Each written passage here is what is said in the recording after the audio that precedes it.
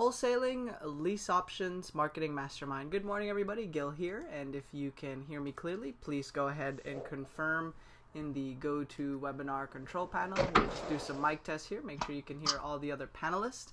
Bill, how's it going? Looks like his audio is just resetting here. Get the presenter screen over. Good morning, Bill. Audio coming out clear on your end? Hey, Gil, loud and clear, man. Excellent, excellent.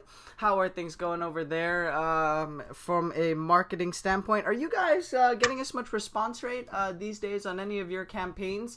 That seems to be the theme for us this month. Generally a little bit more competitive on the response rates, but wanted to see if you're experiencing the same along with some of the folks that you are making some calls with. So what's the latest going on your end? Actually, what's happening, Gil, is, and sometimes California, starts things and everything starts there and moves east. But when the downturn starts, usually it starts somewhere else and moves back towards California. And what's happening is the market has neutralized. In other words, it was pretty much a seller's market here, not to any level like it is in California, but it was definitely a seller's market. And what I'm seeing now is I'm seeing properties languishing on the market. For instance, we made about 15 calls yesterday to a southern market, and out of the 15 calls, only one property had sold, and all the rest of them were kind of languishing on the market.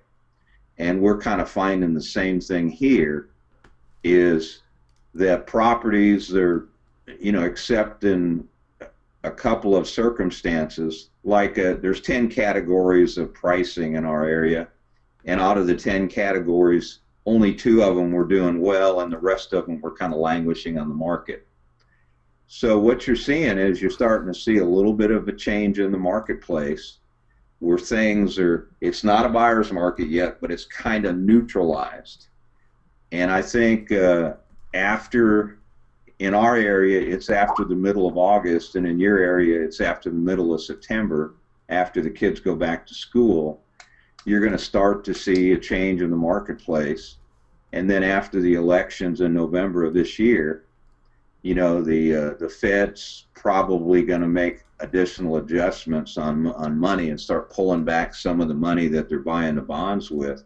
And I think by the first or the second quarter of next year, you're going to see the interest rates inch up a little bit. Not dramatically, maybe a point and a half.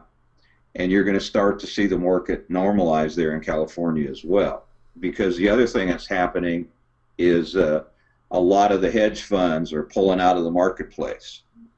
They were the ones that were going in there and causing the multiple offers in California because they were paying, 80 cents, 85 cents on the dollar for rental properties in Riverside. And now that inventory is pretty well sucked up, and they've decided that they're going to pull back now, and they're just going to maintain their property management status of these properties. But they're not buying as much. I mean, they were snatching things up in Ohio like crazy, and they pulled way back. So I'm starting to see an adjustment in the marketplace, and remember, sellers are mentally 6 months behind what is actually happening in the marketplace. So I predict that by the first of the next year, you're going to start to see a lot of the properties in California start to languish a bit. So just be ready for the market changes and take advantage of it when it occurs. Back to you. Nice, nice. Now, how are the responses going with some of the people that you're making some calls with? Are they mostly new folks just getting started in real estate? Are you finding a lot of brokers now, refarming Craigslist, or kind of getting that aha moment on what these investors are doing a little bit differently to source more leads and deals so that they can get more listings? What's the latest on the front end on some of the outbound calls you're making with some of the investors? Well, we're mostly focusing in on buy owners because there's still a good market there, and we're calling Craigslist ads, the for sale by owner websites, some for rent ads, targeted bandit signs, and we're getting more than enough leads from all those sources with unpaid leads that we're really not not having to do paid leads right now because there's enough business from the unpaid leads, more than enough to handle using a traditional wholesale strategy and also a lease option strategy. So, there's opportunities out there. It's the same old thing. I mean, you've got to go through X amount of leads in order to get to that one deal. So you probably have to go through about 20 leads in order to get one or two deals that are actually going to fly. But that's about what the ratios have always been. So you just got to pay your dues and make the calls and to get to the ones that you can actually do business with. Back to you. Excellent, excellent. And on some of the outbound calls that they actually start doing, now one of the big concerns that people have is obviously if they've never made outbound phone calls before, right? And I mean, I know we've called on people before in our lives, right? I mean, it's not very different from calling on a hotel to see if there's some reservation, any availability, or if you're shopping for a secondhand vehicle and you're looking at different vendors. What's their biggest worry you come across when they're about to start making these calls? Are you finding that they're pretty nervous about it, or most people nowadays just don't care and they're ready to jump right on the phone and make those outbound calls? Well, I mean, people have fear of public speaking and fear of the phone. I mean, that's part of that fear, is getting on the phone and talking to total strangers. But in order to overcome and control that fear, you need to learn what to say and how to say it. And the best way to do that is, by having somebody do it for you for a while so you can listen in and learn, not theoretical stuff, because that really, in my opinion, that really doesn't help anybody. I mean, the best way to learn how to make seller and buyer phone calls is to have somebody else do it for you initially so you can listen in and have a basic script that you can use, and then learn how to get away from that script and just make the calls. And it's getting on the phone and just talking to people. And in a lot of cases, most cases, they're not going to bite your head off. These are people that want to sell their property. And, you go through the the phone process that we teach about, asking about the is the property available? Is is this a good time to talk about the property? You have a few minutes, and then you talk about the property and then their individual circumstances, and then, what they would consider. So building some trust and rapport along the way, and would they consider a lease option? Are they willing to wait a little while for their money if they could get a monthly income from the property, and things like that. So, and they'll say, or the main key is to find out, what their personal circumstances are. In order to be able to solve somebody's problem, you first have to know what it is.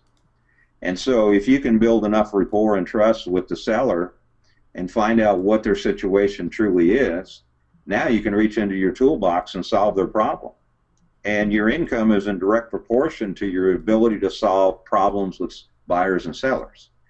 And so when you learn that process, when you're on the telephone, and you realize that you have solutions for these folks, because remember, these people don't know anything about real estate. They're not transaction engineers. All they want to know, all they're trying to do is sell their property, and move on, with their life, whatever that set of circumstances is. They don't realize that they could do a lease option, they can do a owner financing, that if the property is in real disrepair, then probably their best solution is to sell it at a discount for cash and be done with it, and they don't have to worry about fixing it up or anything that goes along with that. And so it's just a matter of them finally realizing that their best solution is one of the solutions that you offer. And you get to that point, Gil, by the follow-up. What I do with my students is the first thing that we do is we follow up of whatever's occurred in the last 2 weeks. So if we put out letters of intent or offers, we follow up on all of that information, all those offers and letters of intent first. We follow up on whatever calls we made last week. If nobody called, then we call them again. And after we complete all the follow-up, Then and only then do we get into the new calls. So it's consistent. We do the same thing every week. We follow up, and then we get into new business. And by doing that, then you have a constant flow of business, and then I ask the students, okay, did you follow up on this person? Did you set an appointment with them? How did that work out? What can we do in order to move those leads forward?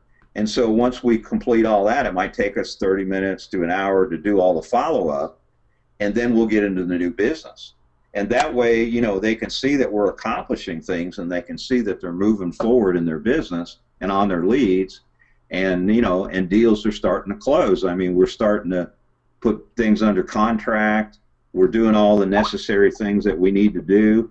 They said, well, what do we do with the buyer? I said, we're not concerned about that yet. Let's take care of the sellers and do all of that stuff. And then when it's time to find a buyer, I'll show you how to do that. I said, so I don't want to put all this information in your head when it's irrelevant at this point. So here's the next step. Just like yesterday, we pre-screened a tenant buyer, this property that's tied up under lease option. We pre-screened the tenant buyer through the mortgage broker.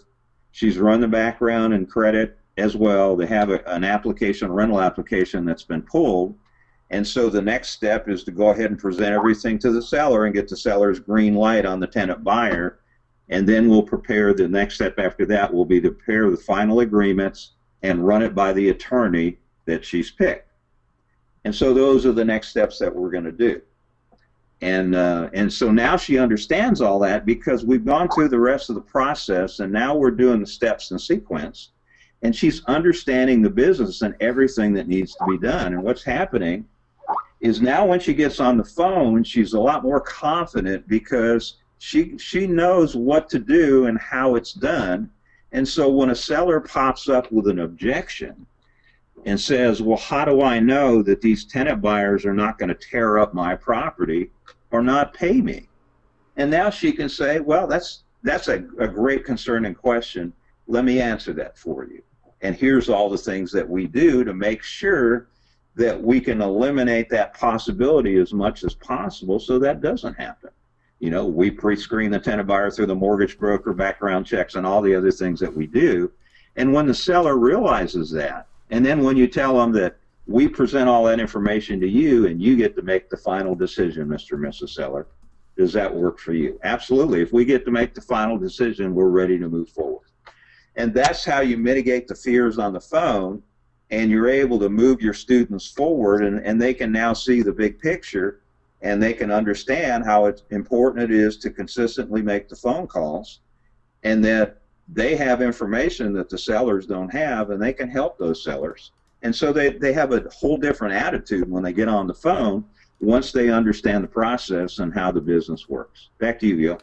Now, so they're getting started making phone calls. On the follow-up side of things, right? Most people get really overwhelmed with the follow-ups, or they kind of, they freak out, right? They feel that the seller's going to get pissed because we keep trying to get a hold of them, or for whatever reason, right? They just, the fortune is in the follow-up. That's how you definitely make your money. I mean, without you having to sell or educate the person you're talking to, just the fact that over time they're unable to sell the property. So you have the marketplace, the reality of the situation, some of the challenges that they've already personally gone through. That's why you guys continue those follow-ups, to catch them at that right time. It's like your direct mail. There's no secret sauce to it. You just have to mail it out consistently enough at a high enough volume that complements the territory that you're sending your direct mail. Okay, and you want that mail piece just to fall in their hands, or for them to open it on that day where they're finally like, you know what, I've decided to sell, or it just so happens, we've come to the conclusion or decision that we want to move, we want to enjoy our retirement, or we got stuck with this property. How many times are you guys doing your follow-ups? Well, according to the latest survey that I've read, 80% of your business is done between the 5th and the 12th contact. Contact meaning letter, postcard, telephone call, email, that any type of touch. And so, we're all this way. We all want to, find a seller today and do a deal today and be done with it. But the majority of investors give up after about the second contact. And so if your 80% of your business is done between 5 and 12 contacts, that means when you get to that point with this lead, you have no competition. And, and sometimes people are going to say, well, I'm not interested and I don't want to be contacted anymore. And that's fine. You take them off your list. But the majority of people, are not going to respond or are not going to object to that. In fact, when they finally get around, as you suggested, to make a decision, they'll be thankful that you hung in there with them. In fact, sometimes that's part of the test that they did use. I've had people tell me that, we've been getting your postcard now for 6 months, and we just wanted to see if you'd still be in business 6 months from now. If you're really serious about buying our house, or you're just wasting our time. I've actually had sellers tell me that. So they were just they knew that they had to make a decision in the next 6 months, but they were just waiting us out to see if we were really serious about business and really were serious about buying their house, or whether we were just playing games and wasting their time. And so, it's so, again, if you create some sort of a follow-up system, whatever that is, even if it's as simple as taking something and putting it in a roll of, a file folder thing, where, you put it on the 30th, and the 30th of next month, you pull everything out of that day and call. So if you're still real basic and you don't have a follow-up computer system, then you can still do it by hand. But whatever system you're using, you got to have something where you consistently follow up on the leads. And if you do that, you're going to get your share of the business. Back to you. Nice. And so we'll cover one last thing related to this. I see some new faces on the session. Some of you guys have already talked to before about going into real estate or starting some basic marketing campaigns in your area. And that's really the best place for you to start, right? Craigslist would be one. Get on some phone calls and find that sweet spot, or that quote unquote that new comfort zone that you're going to create for yourselves. There are folks that come to the conclusion after making calls that, this isn't as hard as they said it would. It's not as scary. I didn't get cussed out. The seller didn't get upset with me. Keep in mind, guys, Craigslist, they've advertised their properties online. ForSaleByOwner.com, any of the ForSaleByOwner.com based websites, right? There is a reasonable expectation and permission there to accept a phone call, to accept an email, right? You're not calling them trying to sell them on a marketing service. You're not calling to sell them on cleaning and moving services. You're calling them specifically about that property to structure and do a deal, right? So there's already that it's okay to call me, right? And hopefully you're calling them at a time where they haven't been bombarded by phone calls. Now, when you first start Craigslist, and you call on older leads, aged leads, these are like expired listings. They've already they've gone through the motions of phone calls. They've had showings, whether a lot of them or maybe one or two, right? And so these guys are either more educated or just more frustrated that the house is still on there. So understand and expect that. That way you know what you're walking into, and you kind of empathize or understand the situation of the person you're talking to. That allows me to be a little bit more patient, right? So when I talk to a seller who's frustrated about the fact that his agent has done everything in their power, but they are not able to move the property at the price that they want, right? I'll be a little bit patient with it. I know he's not pissed at me. I know he's not upset directly at me or my offer, what I'm trying to do. He's just trying to vent, and it just so happens I'm the guy he's talking to at that time, right? Now, in order to respond effectively, you're going to, Bill likes to use this line, sellers know their lines, you should know yours. So being able to respond to these objections, kind of diffuse a heated situation, that's going to come with practice. You can drill them with flashcards. That's a good suggestion, Joni. Drill your objections and your questions with flashcards so that you can respond to them much quicker. Right? Let's see.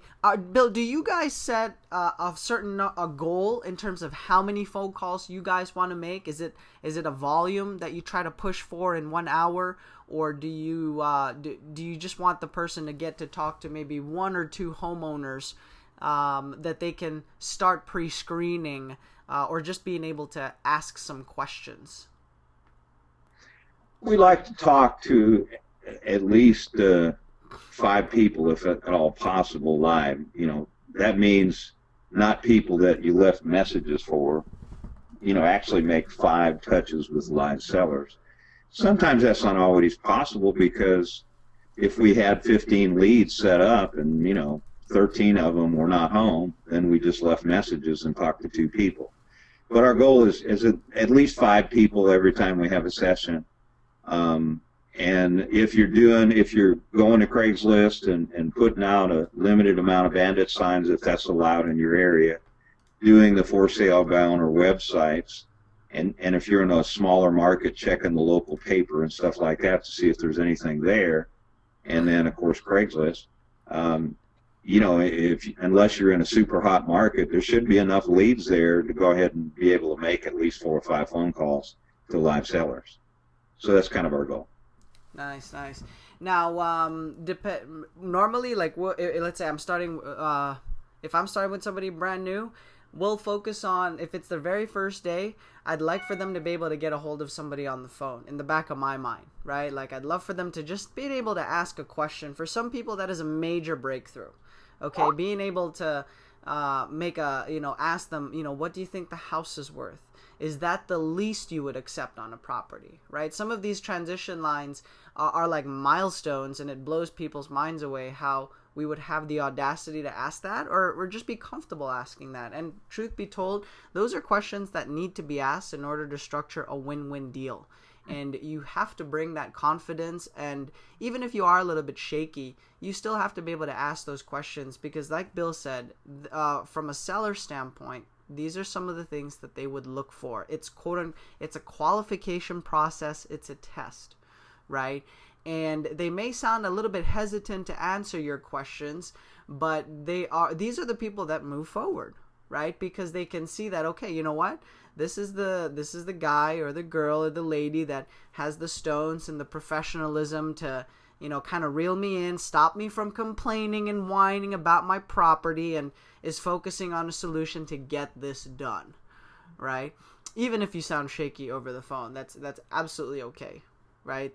And we all started at the same level, like a blank, canvas, never talk to anybody, and then over time, you will get more comfortable at getting these phone calls out. So yes, definitely start off with Craigslist, and to continue what I said earlier, it's a good place to start. You get your quote-unquote practice, and depending on where you're calling on, it could be a very nice market that produces leads and deals for you on a consistent basis. And you're either going to come to the conclusion that, you know what, I definitely enjoy talking to people, or the opposite, and the other common scenario is, you know what, I hate talking to people. Are there other ways I can generate leads and deals without having to talk to people? And then you can move in the direction of possibly just doing online marketing, right? Or YouTube marketing, where you create pictures and text for We Buy Houses, so that when somebody does a Google search for Sell My House Fast Miami, then your particular your place, exactly, your company, your listing, your marketing piece, your video on YouTube is what pops up in the search engines, so that they can learn more about what you do, the properties you buy, and make a phone call, right? And you don't waste money. You do maximize your budgets, instead of doing a big direct mail campaign. And because even if you had the most motivated of sellers call you, if you didn't know what to ask, how to ask, or even just to control the situation, then that perfectly good lead will end up moving on, or because you're not able to move them forward, right? Or lock them up, get them under contract, or set that appointment, which would which would secure everything there for you, right? So one last open call for Q&A, guys. Bill, any last tips, feedbacks, and thoughts before we jump on? We won't have a session tomorrow on Wednesday, guys. That'll buy us some time to get the replays up for everyone on the previous sessions.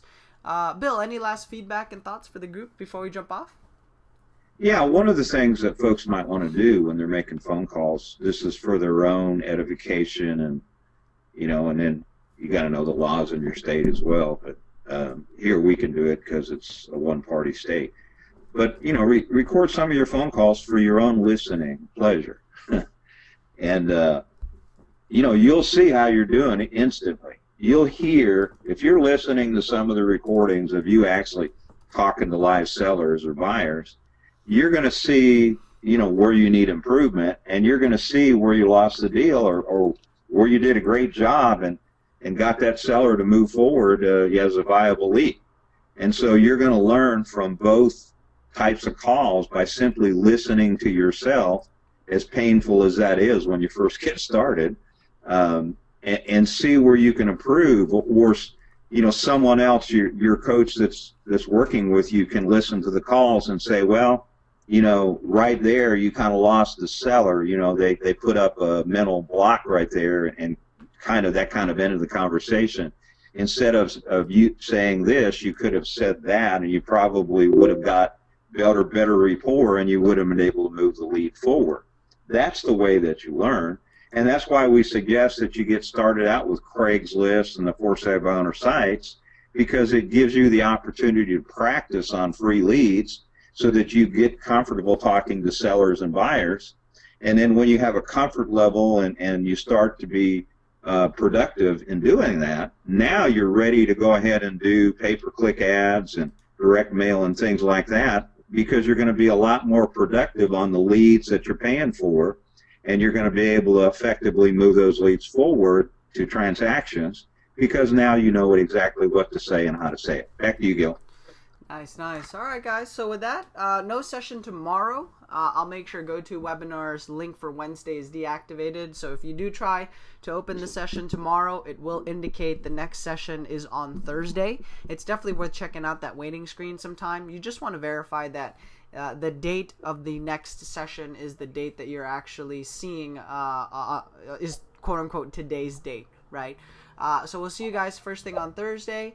My name is Gil, and our next support call today is going to be at 3 o'clock and at 6 o'clock. For those of you that are part of our training and support network, if you guys have any questions on Podio, what's going on with the marketing, if we are attempting to partner or test some campaigns with you guys, that's when our marketing team is available. If you guys don't have any questions during those time slots, we fill in the segment with outbound calls to live leads and deals that we are pursuing inside of our businesses, or the investors that we are marketing for, right? So if maybe you need to hear some of these live calls first, that would be another great place or channel for you to maximize and get started. And like Bill said, Rick, definitely, I'm okay with recording your own calls, guys. Whether you're East Coast, West Coast, internationally, if you're using them for personal use, and you're not selling these on the open market, you're not passing on the information to somebody else, or fishing for content, then record them, replay them, listen to how you sound. It'll give you some really good insight, and it might be a little bit awkward at first, so just a fair heads up and warning that it may be a little bit awkward, a little bit aloof or different, but like anything that you try for the first time, right? Our comfort zone tells us not to do it, not to make any changes, but at the end of the day, guys, everything that you want in life, whether it's a goal financially, your health, when it comes to family, any growth and goals that you want lie just outside of your comfort zone. So definitely take those baby steps out there, expand your comfort zone, and I'll catch you guys first thing on Thursday. Have a great day, everyone. Bye-bye.